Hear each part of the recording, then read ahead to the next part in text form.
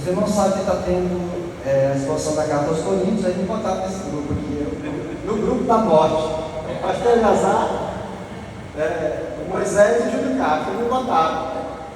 Tá, vou te falar, mas Deus é bom, né?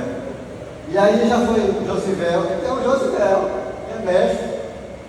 Aí o Josivel deu uma visão panorâmica, o Moisés foi aqui as saudações, né? E ficou para mim aqui o versículo de número 4 ao 9, que é 1 Coríntios, é o primeiro ainda, agora está no começo, agora ainda está indo na gratidão de Paulo. A epígrafe diz a gratidão de Paulo, que é no capítulo, versículo 4 até o versículo de número 9, que diz assim, irmãos: eu sempre dou graças a meu Deus por vós, por causa da graça que dele receberam em Cristo Jesus, pois nele foram enriquecidos em tudo, isto é, em toda palavra e em todo conhecimento, porque o testemunho de Cristo foi confirmado entre vós, de modo que não falta a vocês nenhum dom espiritual,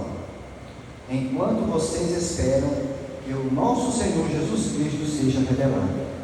Ele os manterá firmes até o fim, de modo que vocês serão irrepreensíveis no dia do Senhor Jesus Cristo. Fiel é Deus, o qual os chamou à comunhão com seu Filho, Cristo Jesus, o nosso Senhor. Então essa aqui é a parte que o Raimundo Miranda, a gente meditar um pouquinho sobre ela. Tem muito tempo que eu tenho pouca coisa para falar. Mas vai dar certo. Irmãos, antes de nós entrarmos aqui no assunto, versículo 4, primeiro capítulo, eu queria pontuar algo que já foi falado no início, e se encontra no capítulo, no versículo de número 2, que diz assim, eu vou ler aqui para os irmãos, só a parte que interessa. Mesmo capítulo 1, versículo 2: a igreja de Deus que está em Corinto, aos santificados em Cristo e chamados para serem santos. Então Paulo está dizendo, aqui ele está interessando ou direcionando a sua carta às pessoas específicas, porque dentro de uma igreja, de uma comunidade, existem diversos tipos de pessoas, de mentalidades, e os problemas que surgiram na igreja de Corinto, através deste capítulo aqui, a gente vai entender que o problema maior não era a massa, não era a igreja em si, mas aqueles que estavam na direção da igreja. Aqui a igreja de Barreirinha, ela é composta de vários campos. Então tem um pastor que ensina uma coisa, tem um outro que ensina outra, tem um outro que ensina outro, tem outro que ensina outro, e tem outro que ensina outro, e assim por diante. E às vezes um diverge do ensinamento de outro. Mas aqui Paulo está dizendo assim, essa carta ela foi direcionada aos santos, aos santificados. Quem? A igreja que aceitou Cristo. Aqueles que queriam fazer as coisas certas e talvez estivessem fazendo a coisa errada, não porque quisesse, mas porque não tinha entendimento daquilo que era certo. E às vezes acontece isso, que a pessoa não faz aquilo que é de fato correto, porque não entende que de fato aquilo é correto. E existe aqueles que fazem as coisas erradas por maldade mesmo. E aqui é tão sério isso, que ele diz, olha, aos santos, aos santificados, para serem chamados a serem santos. É tão sério isso aqui, que se você for ver no versículo de número 10, que é depois de mim, que eu não sei quem vai pregar, se é o pastor Elazar ou o pastor Júnior, ele já começa tratando literalmente deste assunto, divisões na igreja. Agora é o problema ali. Então Paulo direcionou a sua carta à igreja, mas tratando de assuntos de liderança, porque a divisão aqui da igreja, Paulo aqui, quando recebeu a carta, ele soube do problema, ele disse, olha, no versículo de número 10 ele começa a dizer, porque há divisão entre vós. Um diz assim, eu sou de Paulo, eu sou de Pedro, eu sou de Apolo, eu sou de Cristo. Foi assim? direciona, quando ele faz a sua carta, ele tem um ponto específico. Ele quer atingir alguém, ele quer atingir quem? Aqueles que querem viver uma vida íntegra diante de Deus, diante da verdade. Porque muitas das vezes, irmãos, o que é que acontece?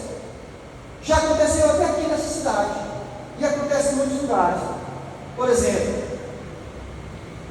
a pessoa que está na frente de um trabalho, ele é responsável para alimentar e para cuidar daqueles que servem. Então a igreja ela é suprida, ela é nutrida de palavra por quem está na direção dela, por quem é o responsável por ela. E aqui, às vezes acontece de você estar numa congregação, vou dar um exemplo aqui, e lá na congregação você passa 5, 6 anos ensinando, e no dia que você é transferido para outro lugar, às vezes a ovelha lhe acompanha, e isso é errado, porque ela não foi ensinada da maneira correta, que ela não está ali por causa de fulano ou de beltrano, porque é melhor, porque não. O principal que ela tem que aprender, que é Jesus Cristo, que é tudo para ela e para a sua vida. Então aqui o problema estava, a igreja estava sofrendo uma divisão, a igreja não sabia, ela dizia, não, eu aprendi foi com Paulo, ou aí o outro dizia, não, eu aprendi com Apolo, ele tem um ensinamento melhor, o outro não, eu gosto de Pedro, que é mais duro, e o outro não, eu não gosto de um deles aí, meu negócio é com Jesus Cristo. Quer dizer, que o culpado disso aí era quem estava na liderança da igreja naquela época. Mas Paulo direciona, é tão tal que depois Paulo pesa a mão em cima dessas pessoas que estavam na direção desse trabalho. E Paulo direciona, olha, aos santos, aqueles que foram santificados, ou seja, aqueles que aceitaram a Cristo como Salvador e foram regenerados pelo poder do sangue de Cristo Jesus. É para esses que eu estou direcionando essa carta. E o segundo que eu quero pontuar, o porquê dessa carta. Isso é importante também. Paulo escreve essa carta porque ele amava aquelas pessoas.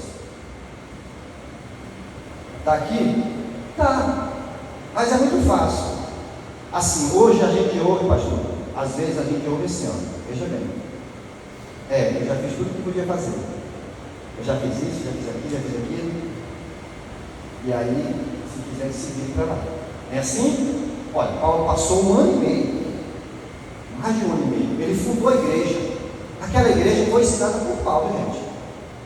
Aquela igreja foi criada e ensinada por Paulo. Então assim, Paulo ensinou e deixou alguém, quando ele saiu de lá, de fato, não sei quem estava lá, mas ele deixou alguém, quando saiu, para dar continuidade ao seu trabalho, com certeza. Agora ele recebe a notícia que a igreja estava toda bagunçada, e os problemas eram muitos. Se fosse outro, já estava longe, olha, porque Paulo era missionário, já estava aqui, já estava lá. Se fosse outro, ele dizia assim, rapaz, eu fiz de tudo por aquela igreja, eu passei lá, eu ensinei aquele povo, eu trabalhei, sustentei, eu não fui pesado para ele, eles conhecem a verdade, eles servem a Cristo se eles quiserem. Ele poderia dizer isso, mas o que fez Paulo não dizer isso? O que fez Paulo se preocupar? O amor pelas almas. E nós vamos ver isso logo, bem no versículo que nós começamos a ler. O versículo de número 4 diz assim: sempre eu dou graças a meu Deus por vocês, por causa da graça que receberam em Cristo Jesus. Olha, Paulo está dizendo que ora por aquela igreja sempre. Paulo está dizendo que ora por aquela igreja e que dá graças a Deus por ela existir sempre, mesmo ele estando distante. Isso aqui, irmãos, os pregadores aí que são formados, né, em teologia, nessas coisas todas, ele disse que aqui, esses capítulos aqui, é a preparação do terreno, não é? É assim. Por que ele diz isso? Porque a carta é dura, não é dura? A carta é dura. Então assim, às vezes para a gente pegar e chegar logo repreendendo, a gente termina, é a parte animar, né? Se você for querer repreender alguém e chegar logo mostrando os problemas, é complicado. Se você chegar e dizer, olha, mas eu gosto do seu trabalho aqui, é muito bom. Veja bem, se o meu pastor fosse vir fazer uma repreensão, das coisas. Aí ele chegava e me dizia, pastor, pai, o negócio da missão está certo. Ele ia ofender você e dizer, pois pastor, bote outro no meu lugar. Aí se ele chegasse e disse assim, irmão Zé Costa, o senhor tem prestado um grande trabalho aqui nessa igreja. Você é um homem exemplar, você faz isso, faz isso, faz isso, faz isso, faz isso, faz isso, e isso é louvável, mas se o senhor melhorar bem que assim e mudar bem aqui é melhor. Ele consegue corrigir sem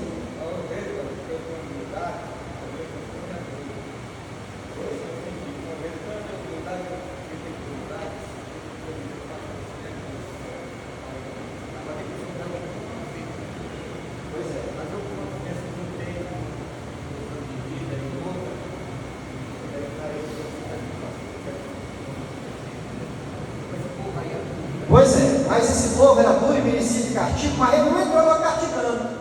Aí ele chegou e disse, olha, eu toda vez que eu oro, eu lembro de você nas minhas orações e dou graças a Deus. Sabe por que Paulo dava graças a Deus? 1 Timóteo 1:15 e Romanos 10:24. Vou ler logo 1 Timóteo 1:15. Alguém que é bom de Bíblia, lê primeiro rapidinho. Quer mais ligeiro? 1:15. É fácil,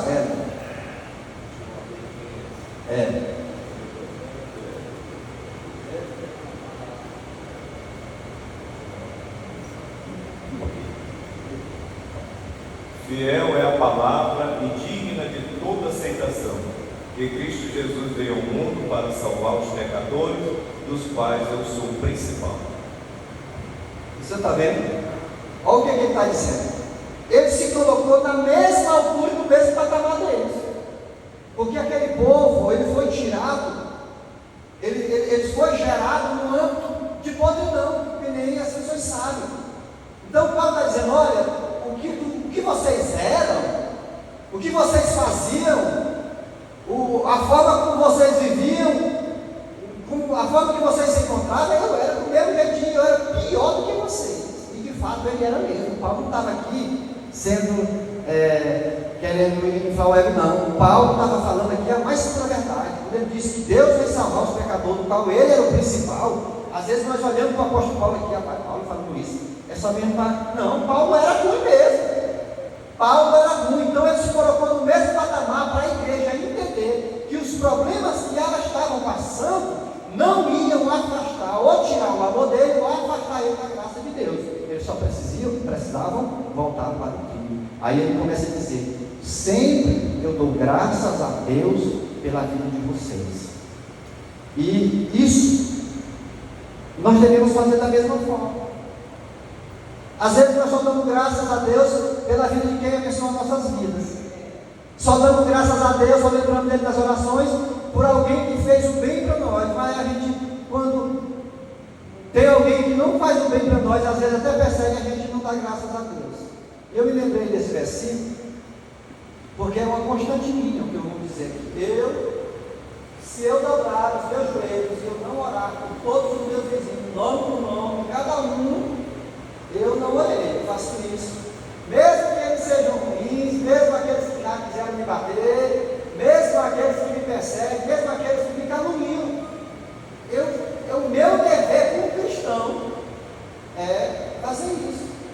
Nós sempre temos motivo para dar graças a Deus, mesmo em momentos bons e mesmo em momentos ruins.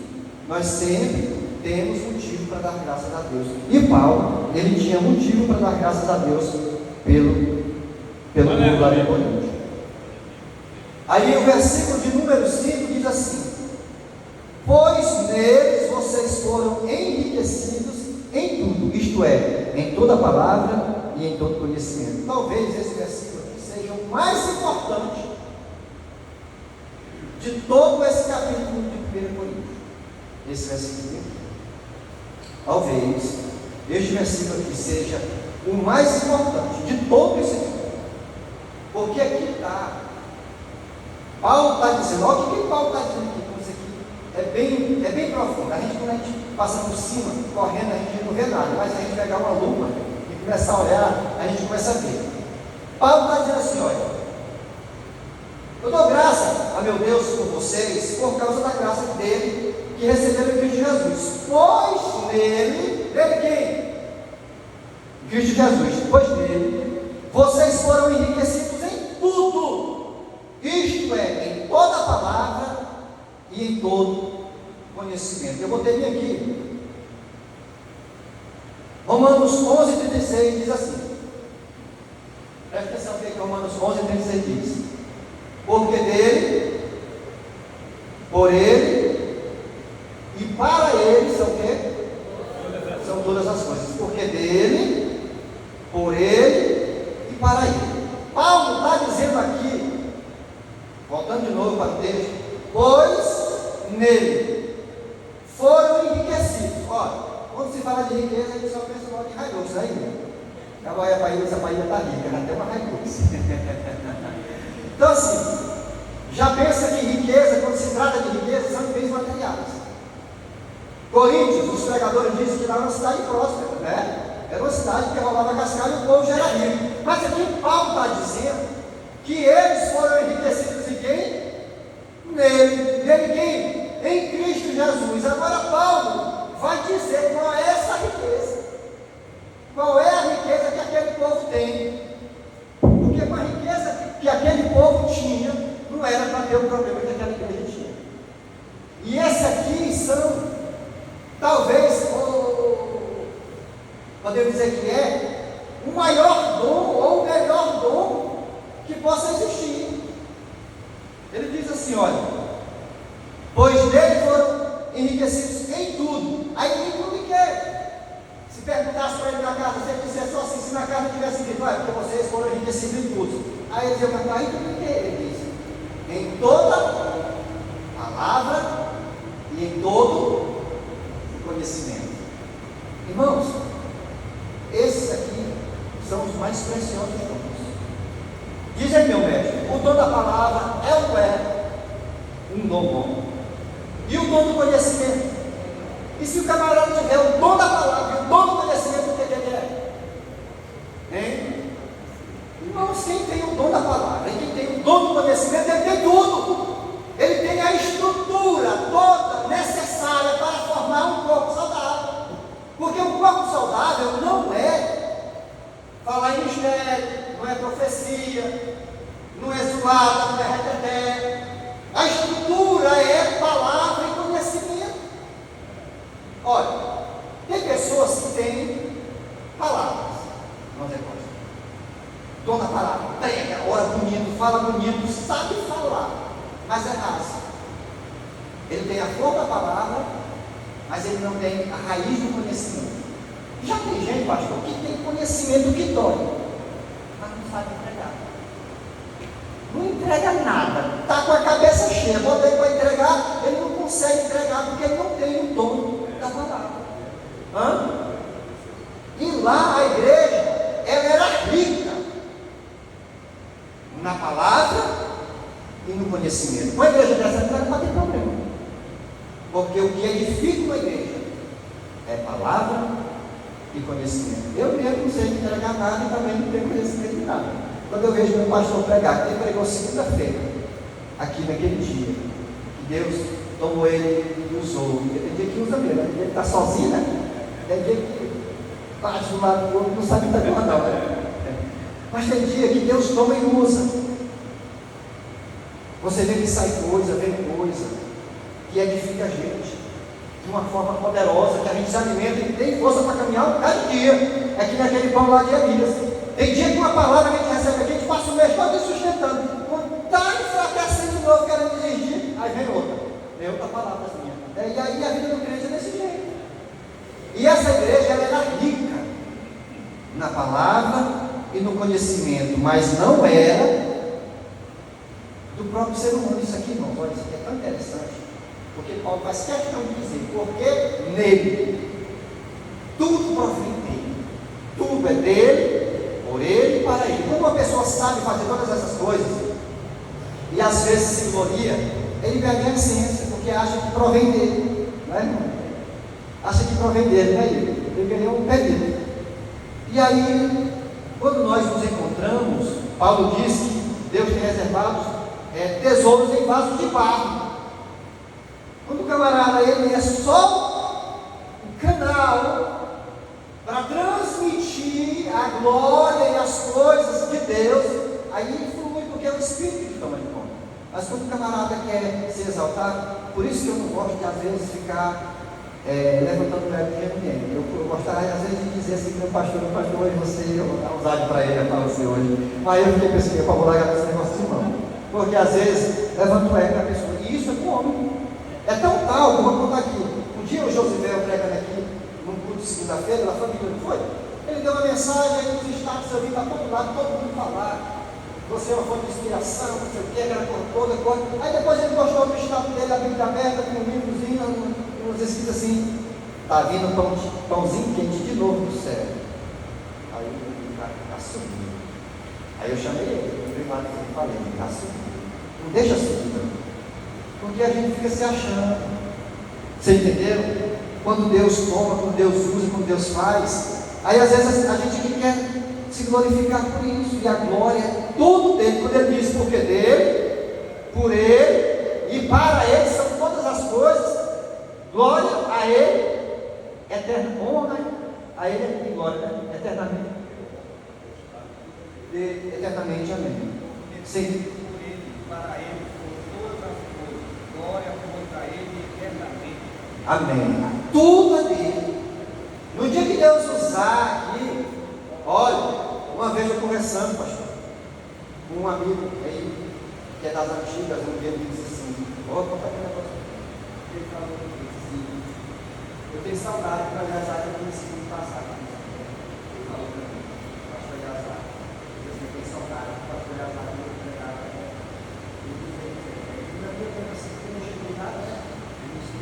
No começo, assim, eu tomar o pastor Eleazar, eu não estava lembrando, que hoje está mais. Então assim, quando a gente se entrega, quando a gente vive, quando a gente busca, quando a gente se torna um vaso nas mãos do Senhor, Ele faz mesmo. Deus ele continua o mesmo. O versículo de número 6 e o versículo de número 7 diz assim: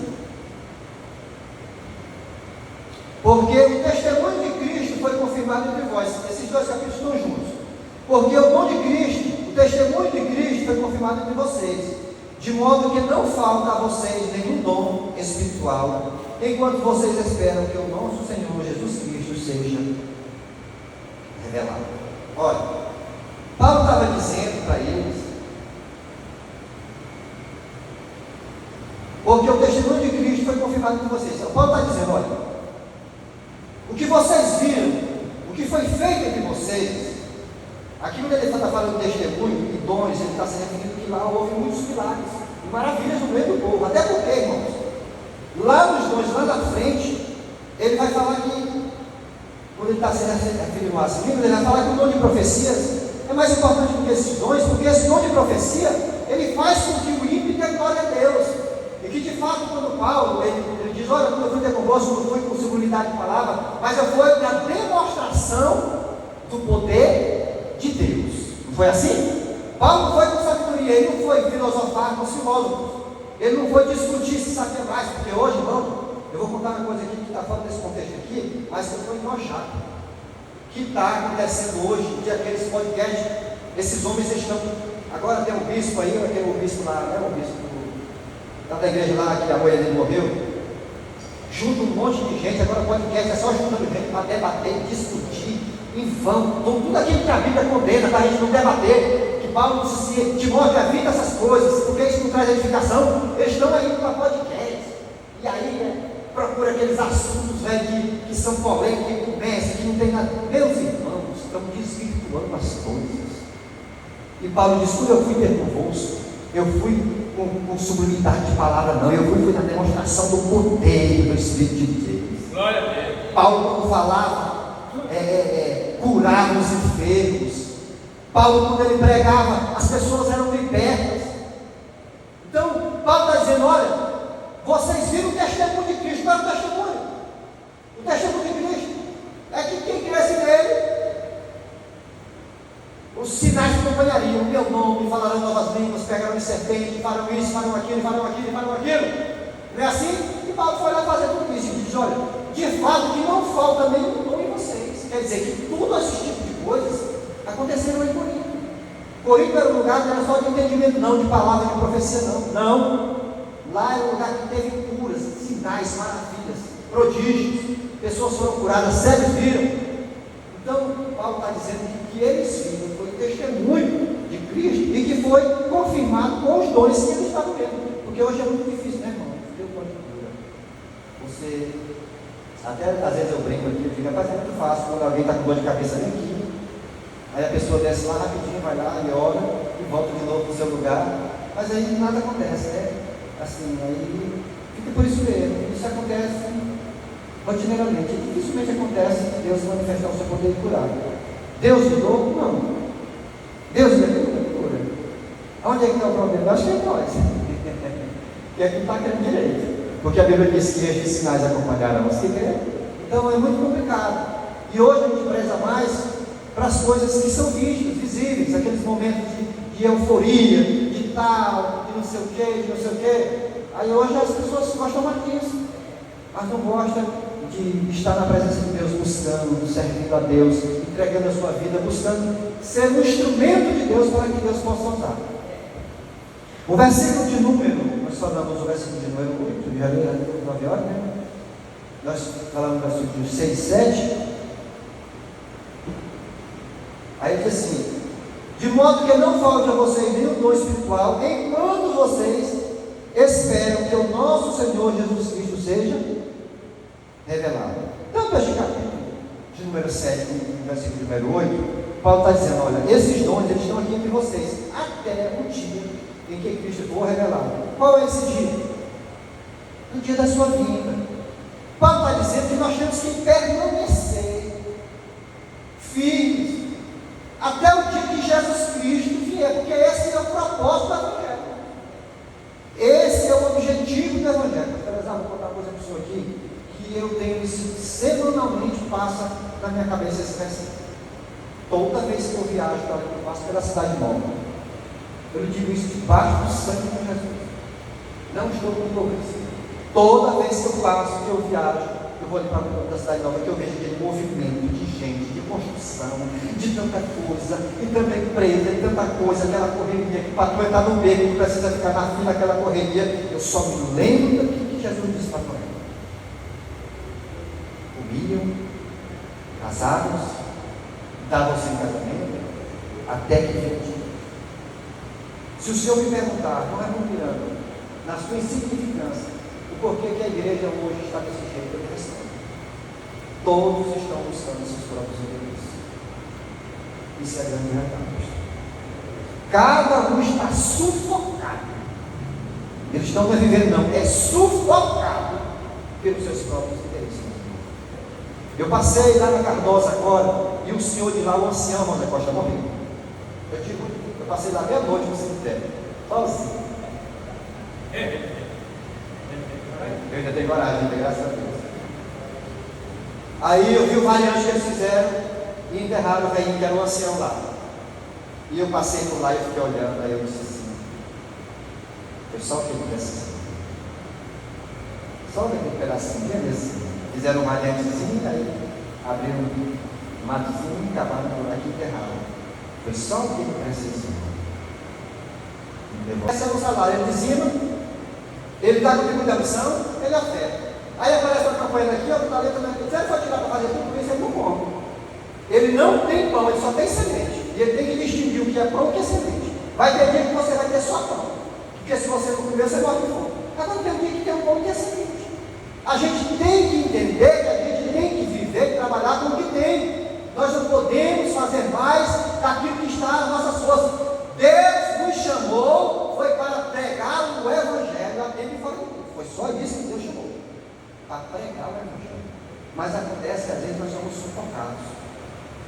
Aí a correria, aí eu volto aqui a dizer, às vezes a correria da igreja está relacionada a esse tipo de problema também, porque o consumismo é muito grande.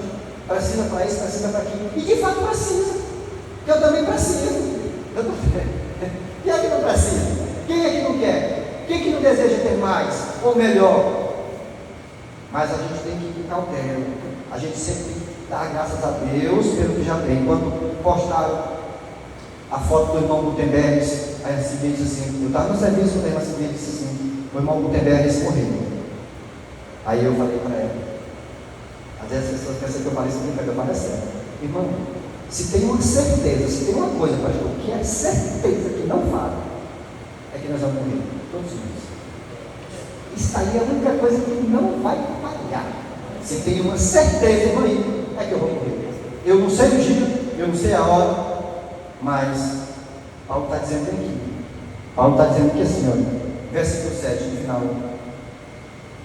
Enquanto vocês esperarem que o nosso Senhor Jesus Cristo seja revelado, porque um dia Jesus Cristo vai voltar. E ele fala isso não só aqui para Corinto, ele fala isso em Romanos 8, 19, 8, 24, 8, 25, Gálatas 5, 5, Filipenses 3 e 20. Vamos ler só Filipenses 3 e 20, porque eu não vou ler esse outro porque não dá mais tempo, acabou. Filipenses 3 e 20, rapidinho. Filipenses 3, 20 diz assim: porque a ninguém tem igual sentimento que sinceramente cuide dos nossos interesses.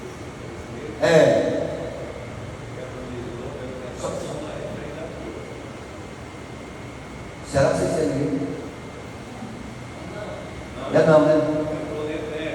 Errado, não foi tão assim. Filipenses 3 e 20.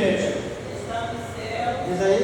nós também esperamos o Salvador, o Senhor Jesus Cristo. Diga de novo aí, patrão. Mas a nossa cidade está nos céus, onde também esperamos o Salvador, de onde também esperamos o Salvador, o o Senhor Jesus Cristo. Paulo está dizendo para eles: vocês forem enriquecidos em tudo, o testemunho de Jesus foi manifesto pelo de vocês, agora vocês permaneçam, porque a razão de eu ter pregado o Evangelho e de eu estar escrevendo essas cartas é para vocês permanecerem firmes, porque o nosso projeto é ir para o céu. Aí eu costumo dizer o tempo todo, eu digo no meu serviço, eu estou fazendo casa para os outros, botando piso, mas eu vou morar no outro, eu não vou botar um tijolo. Nenhum. E nem eu posso falar nada. Nenhum. Já está tudo preparado. Quem construiu foi Jesus Cristo. Ele disse: eu vou preparar e quando eu voltar, eu vou levar vocês para onde eu esteja, estejais vós também. Versículo de número 8, para encerrar. Já passou para lá.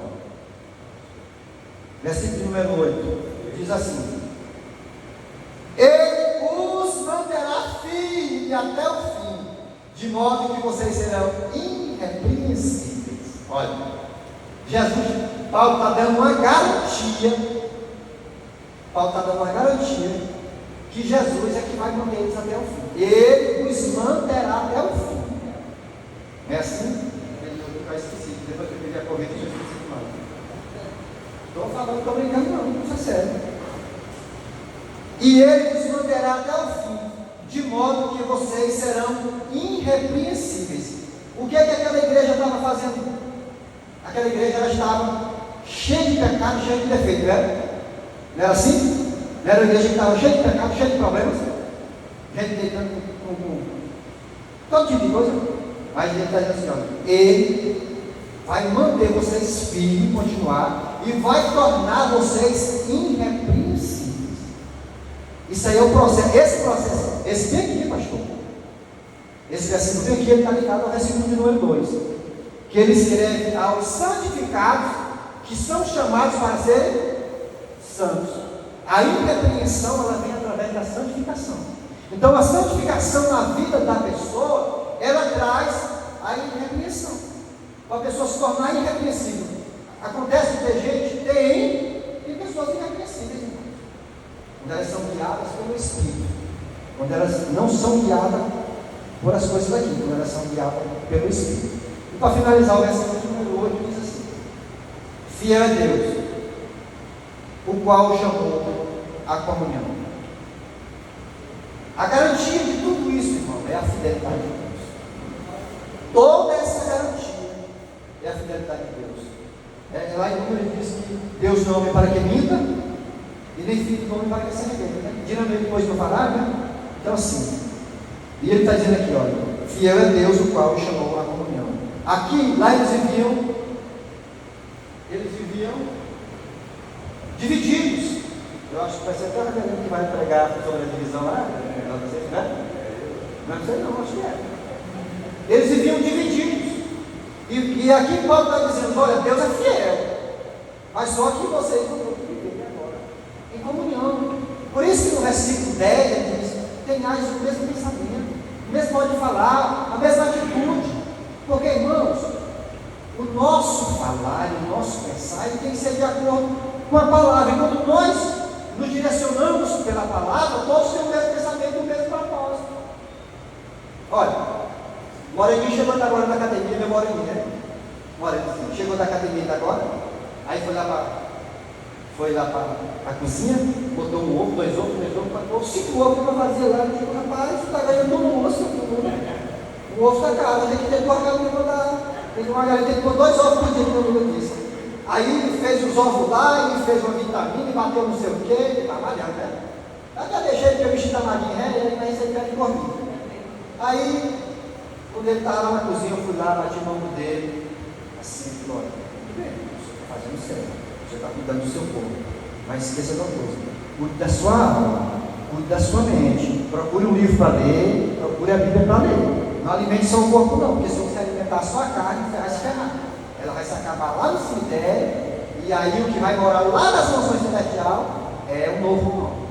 Então, irmãos, quando nós temos esse entendimento, nós mudamos o nosso comportamento e o nosso modo de viver. Olha, eu falei aqui no começo a respeito das orações. Chefe, ali acompanhar a terceira de Rojão, para acompanhar esse homem aqui, tem 60 anos, mas não ninguém aguenta não, só. Hoje ele judiou com nós aqui hoje. Começa com 5 horas, quando ele foi estar 6h30. Aí, ele tem um propósito, que eu quero falar aqui, pastor, só para encerrar, tem um propósito. Só que quando você começa com esse propósito, depois você descobre que você precisa daquilo. Não é? Você começa com um propósito. Eu vim orar por causa do propósito que lançaram. Só que a partir do momento que você começa a se relacionar com Deus, começa a buscar, você entende que você precisa daquilo ali diariamente. Você não precisa mais fazer aquilo que vai lhe impulsionar para fazer, não é o propósito que foi lançado, mas a necessidade que você tem das coisas. Você começar o dia conversando com quem pode, com quem é, com quem não recebe canetada do Alexandre de Moraes, com quem é inatingível, com aquele que é inacessível. Você começar o dia conversando com ele, entregando para ele o seu dia de joelho, você termina a tarde de pé. A luta vem, mas passa. E isso, irmão, é para quem quer viver e para quem quer morar no céu. É pesado? É pesado, não é brincadeira não. A dizer que é bom, levantar 4 horas da manhã com soninho e a mulher que gostar de não é bom não, irmão, não é bom não. Mas olha, se faz necessário. O problema é a necessidade que nós temos de fazer isso, de nós vivermos intensamente. Eu digo para esse aqui, meu filho, também a mesma coisa. Um monte de projeto que ele tem sonho, quer casar, tem um bocado de coisa que quer fazer, está tudo certinho, está tudo nos planos de Deus. Mas não esqueça de colocar Deus todo o tempo na frente. Não esqueça de orar e pedir a direção de Deus em todas as coisas que você for fazer. Se você fizer assim, você vai continuar de pé. Alguém disse para mim, lá no meu serviço essa semana, disse, Raimundo, disse desse jeitinho. E depois eu fui ver, pastor, que é verdade. Ele começou a falar dos filhos dele. Um irmão que o senhor sabe quem é, do nosso clube. Ele contando dos filhos dele, tudo desviado. Teve um que pegou um tiro, está preso, outro pegou uma facada, pedindo ajuda, porque está. Ele disse, não é culpa não, estava esse meio lá. Não esqueceu dessa palavra que ele era no começo, né? Aí o menino disse, mas esse menino é teu filho? Diga, é teu filho.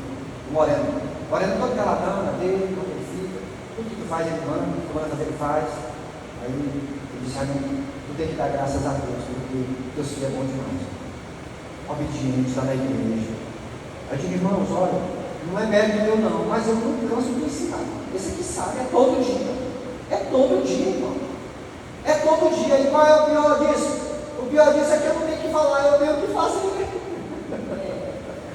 Eu tenho que orar, pastor, eu tenho que ler a Bíblia para poder ver eu fazendo, porque senão não vai ter poder.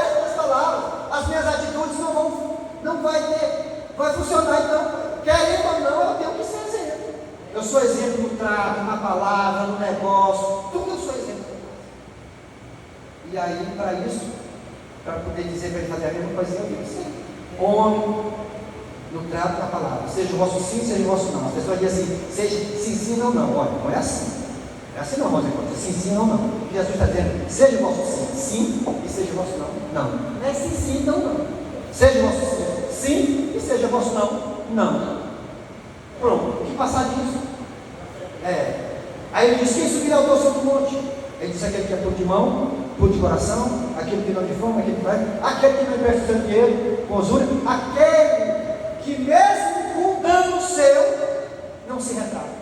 Às vezes a gente faz um negócio, dá errado, aí o cara vai lá para desmanchar. Não, crente não é assim não. Crente deu a palavra, deu, tomou prejuízo, tomou, pronto. Mesmo tomando prejuízo, não se retrata. É assim que crente é. A palavra tem que ser sim e tem que ser não. Amém? Deus abençoe.